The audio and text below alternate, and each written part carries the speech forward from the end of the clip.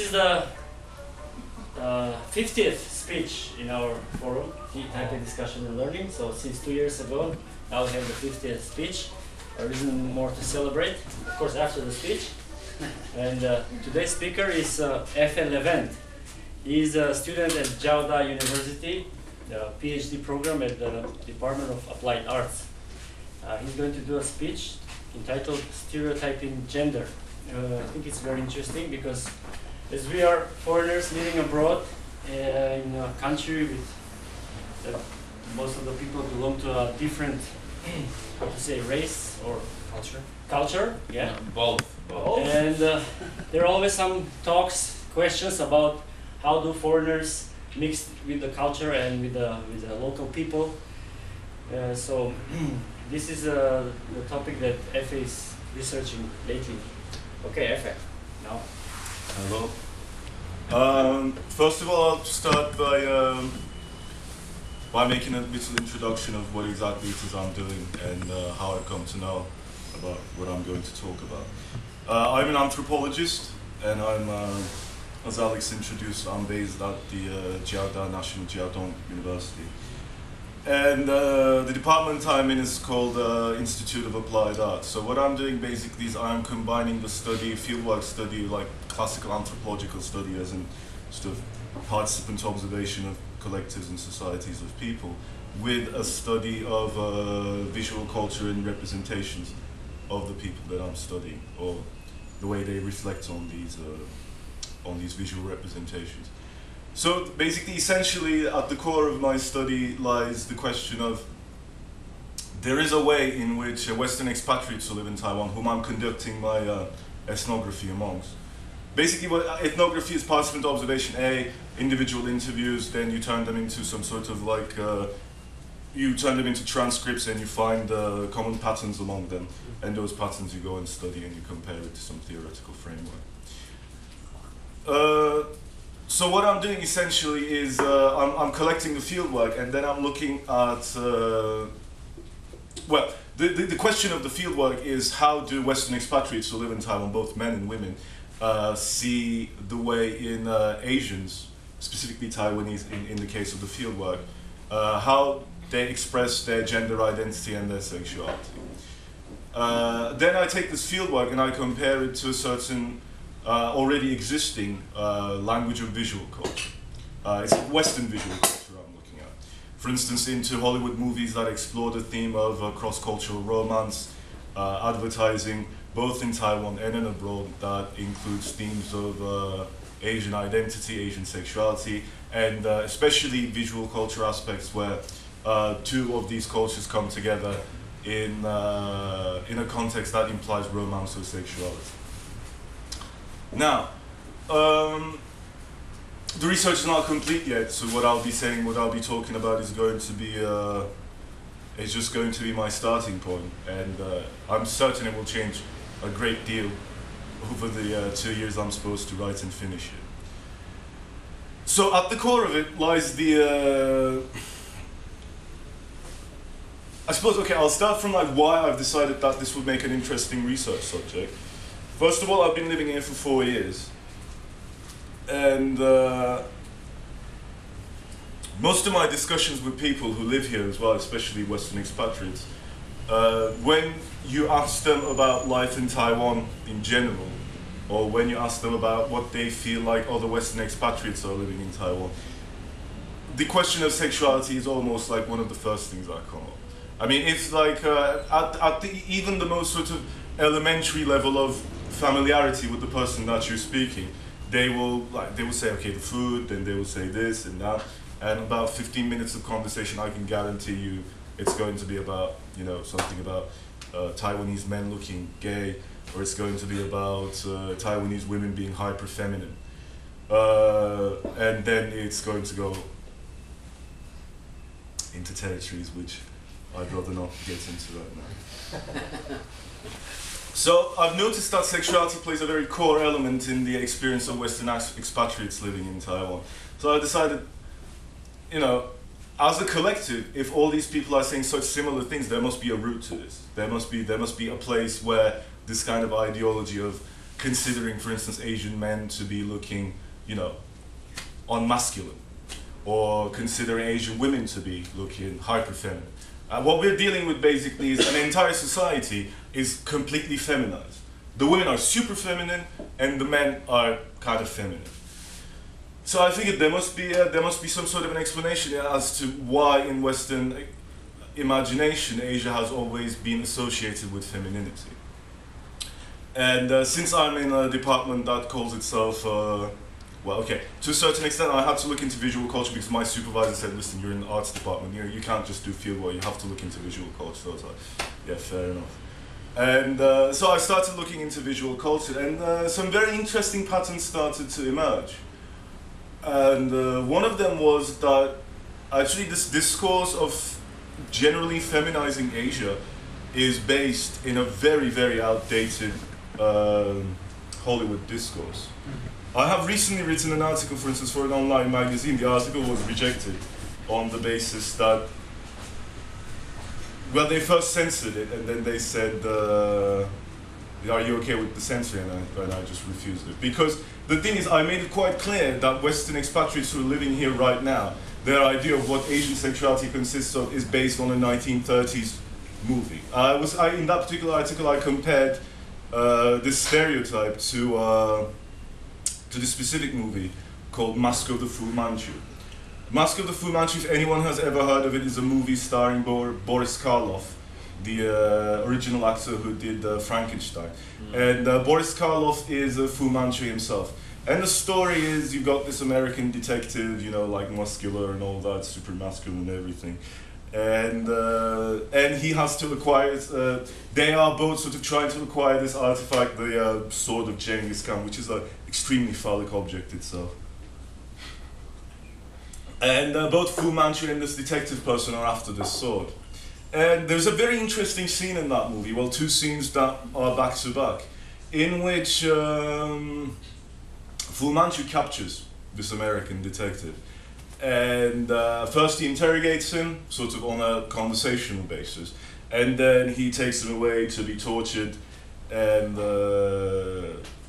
there's a strong element of sexuality in that torture. So if I were to describe the scene, it's Fu Manchu is milling about in his laboratory trying to take over the world or whatever. And the American detective comes in, he brings the sword, and Fu Manchu finds out that the sword is not the actual sword, it's a fake sword, and so he decides to torture the hapless hero to learn the whereabouts of the actual sword. And he also has a rather perverted daughter who is also hyper-feminized. And they both, in the torture scene, you can see both of them getting a sort of sexual satisfaction out of seeing this American hero being tortured, which is also, interestingly, by African slaves, you know, half-naked African slaves torturing this man. And then the next scene that follows, to get to interrogate him, well, okay, in between there's a scene where his daughter makes a move on the hero who's passed out on a couch, who's lying down in a loincloth, and basically she reaches to kiss the hero or make love to him or whatever. And Fu Manchu interrupts and says, I'm not finished with him, I'm going to interrogate him. Next scene, we see them in a sort of like a laboratory clinic place where Fu Manchu is wearing a mask and he's carrying a needle. And he injects something into the vein of the hero. And he describes this thing in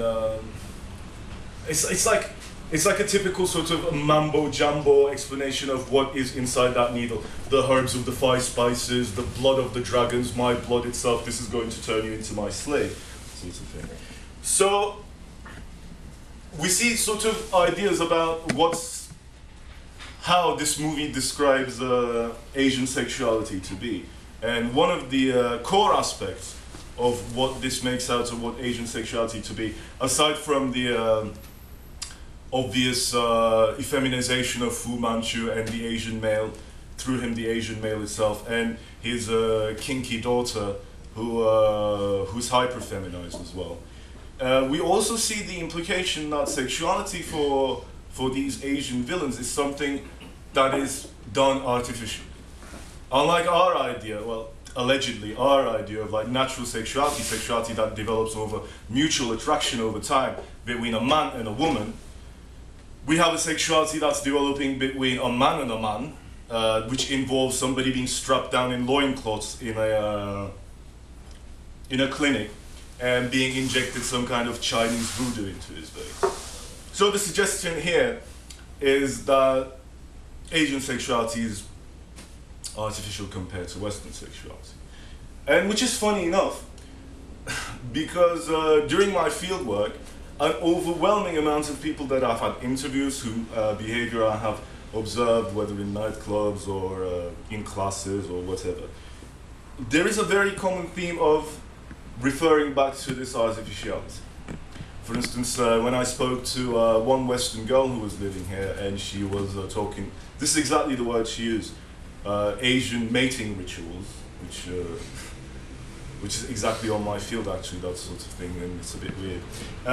Well, she said that Asian mating rituals were really weird, and when I asked her why, she explained that this is actually very common. A lot of people I've heard say this, that it's a trade.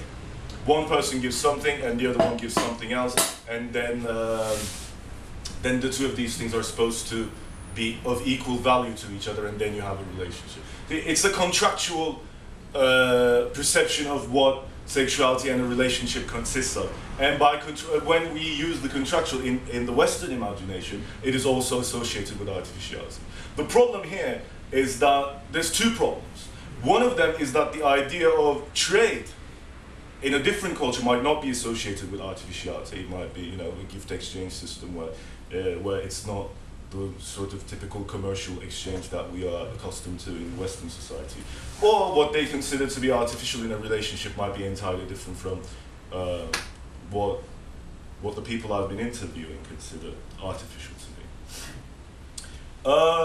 be. This theme is very persistent. For instance, when I spoke to one girl who had dance education where she came from, and she sort of said that sexual encounters between Asians are very artificial. And I've asked her to give examples. One of the examples she gave was that every time she goes to a nightclub and she looks at the girls who are dancing there, and it's always apparently they are copying music videos. So they would watch them on television, and they would come and they would do the exact dance in the same club. So see, for instance, that's considered to be artificial. You're not dancing like you want to. You're dancing like what you see on television. This, in the Western imagination, is something that's considered to be artificial. You're supposed to dance however you want to. Or something that comes up all the time, it's the fake eyelashes and the makeup. And see, this theme is like very, very obvious. And when it comes to men, what I found to be quite stunning actually, almost about 60% of the women I've spoken to, I would say, why would you never consider dating a Taiwanese guy? And a lot of them immediately, the first thing they would say, they are so gay. These are Asian women or Western? These are Western women. I do my fieldwork almost exclusively with Western. I have spoken to some Asians as well, to see the effects of how these stereotypes actually reflect back on them. And what was I saying? Yeah, they would say Asian men are so gay. Again, what's happening there is like we see that these Western women have an idea of what being a natural man is. Yeah, a natural man has to be X or Y or Z. A natural man, a real man is not supposed to waste his time in front of a mirror doing his hair. A real man is not supposed to do X. A real man is not supposed to do Y. A real man is not supposed to do such and such.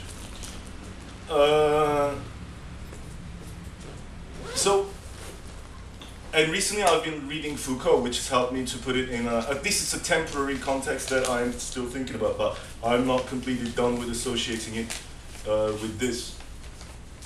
He talks about how Western society has changed from what he calls ars sexualis, ars erotica, to scientia sexualis. Basically, ars erotica is a means of expressing sexuality which allows room for secrets to be there, and it's not something that you probe your nose into and try to tease out of every secret. And scientia sexualis, which he explains, is what Western society, contemporary Western society, is dealing with sexuality right now, is looking at it from a scientific point of view, putting it in a test tube and sort of trying to tease out every single bit of truth in sexuality. And Foucault creates an interesting framework there because it is actually it helps to explain why sexuality is one of the things, as I said earlier on, is one of the things that comes up first in discussions with Western expatriates who live in Taiwan, because he's basically giving a framework where a society, Western society, has become obsessed with sexuality to the extent that it is the primary criteria that it bases like the existence of different cultures on. So when you ask someone, what do you think about culture X or Y or Z, okay, they might say something superficial about the food. I would be very surprised if they heard the music at all, or the art, or whatever. They would say, those guys, the men are so gay. Or they would be like, you know, whatever.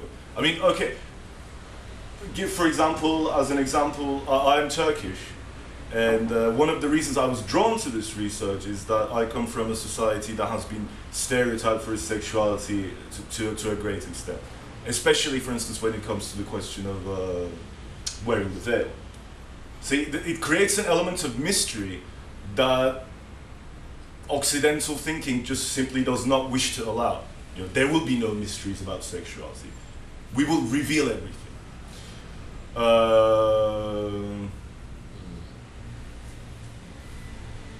I suppose that's pretty much all I wanted to say. I mean, I prepared for about half an hour. How long have I been going on for? 15 minutes. 15 minutes? Should I make up some stuff for Yeah. 5 more minutes? Examples.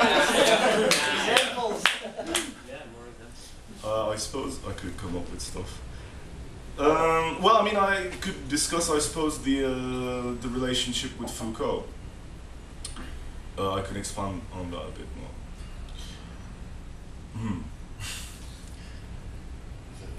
You just mentioned the veil that's actually becoming more and more popular in Turkey. If you look at pictures from Turkey like 80 years ago, when the modern Turkish Republic was established, there were no women with veils. And nowadays you see more and more of them. So what you just said surprised me a little bit. Well, first of all, you're making a mistake there because you're assuming that it is a rise in the popularity of the veil. It is not that. It is just the fact that it has been allowed. During the Republican Revolution, the veil was simply forbidden. The veil was forbidden during the Republican Revolution. That's why you. Okay, this comes back again to visual representations of any country. I mean, especially during the Republican Revolution, you wouldn't have pictures of Turkey in people who are covered, because that's not how Turkey wanted. That's not how Turkey wanted to represent itself officially. But I mean, I won't get into too much about Turkey because that's not what I'm working on anyway.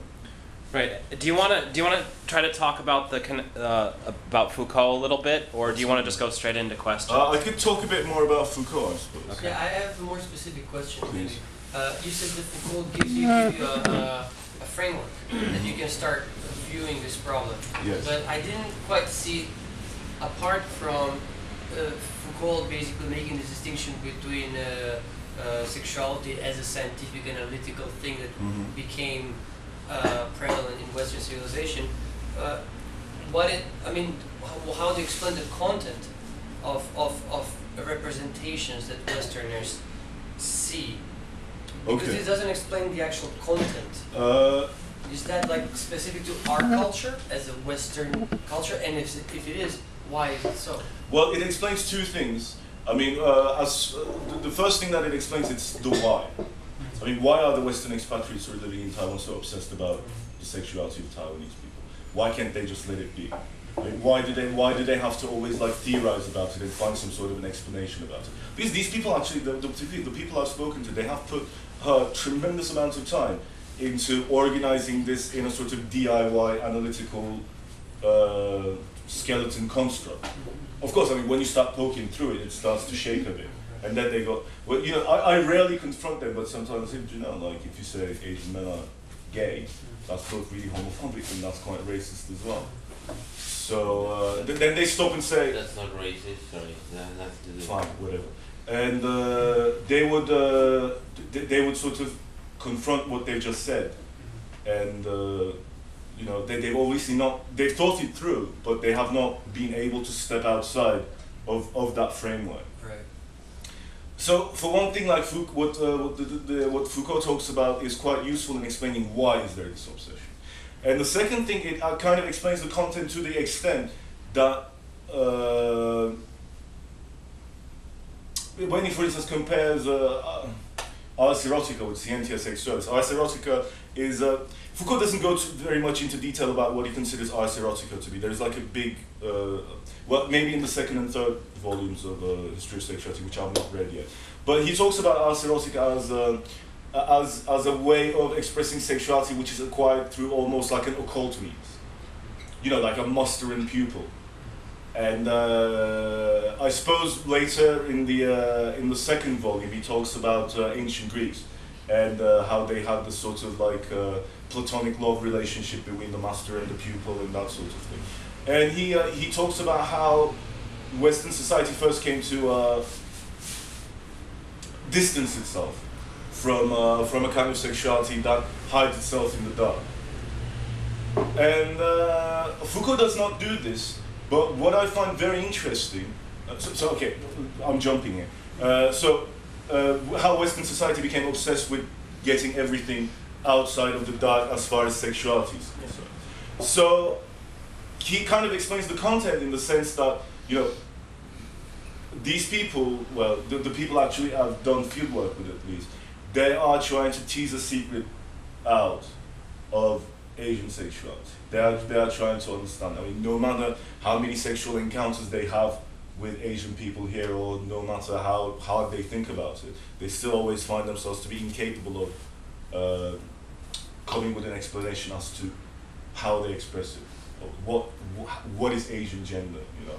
So they keep struggling with it. And actually, another aspect of my research, which I've not talked about, which would take even more than 5 minutes actually if I go into that, is how the contemporary political economy is sort of, it's the language of conspiracy, but it's in cahoots with this kind of sexual expression. Because, I mean, if you look at this, Foucault doesn't actually go into this, but he brings the question to mind because he's talking about how so much data has been collected since the 19th century, and actually starting from like early modern Europe, an enormous amount of data has been collected about sexuality, about what perversions are, about you know, psychology of sexuality, about the physiology of sexuality. Immense amounts of research has been done on this, and not all of them are actually, you know, what most people would consider to be scientific.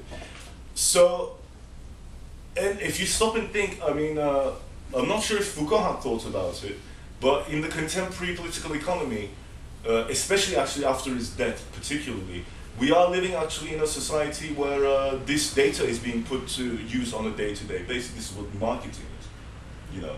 Why do you have sort of like market researchers who sort of go around and collect information about, you know, or like access the information about human sexuality, so they extract these resources and then they can use it to flog a product, you know.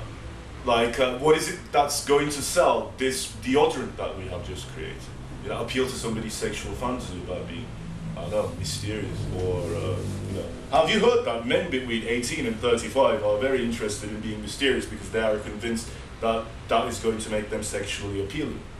So if you want to sell that deodorant to men aged between 18 and 35, you're going to say, hey, this deodorant is going to make you mysterious. So there is that aspect of it as well. I mean, there is like a lot of the Western expatriates who are living here, they're not only freaked out by the sexuality itself, but they're also freaked out to what extent the way that this sexuality exists here is actually creates a challenge to their political economic system as well, because it's not working in the same way. You know, Western political economy depends on the fact that you've got a couple in a suburban house, in a picket fence, with 1.7 children and 2.4 cars. You know, then you can sell stuff to these people. But if you start to look at, you know, families who move in with their husbands, or husband's family, or people who share their property, then you have to collect a completely different data, which is a lot messier than a world that has been separated into these grid lines of like suburban homes and certain amounts of cars and certain amounts of children. It makes it easier to sell things.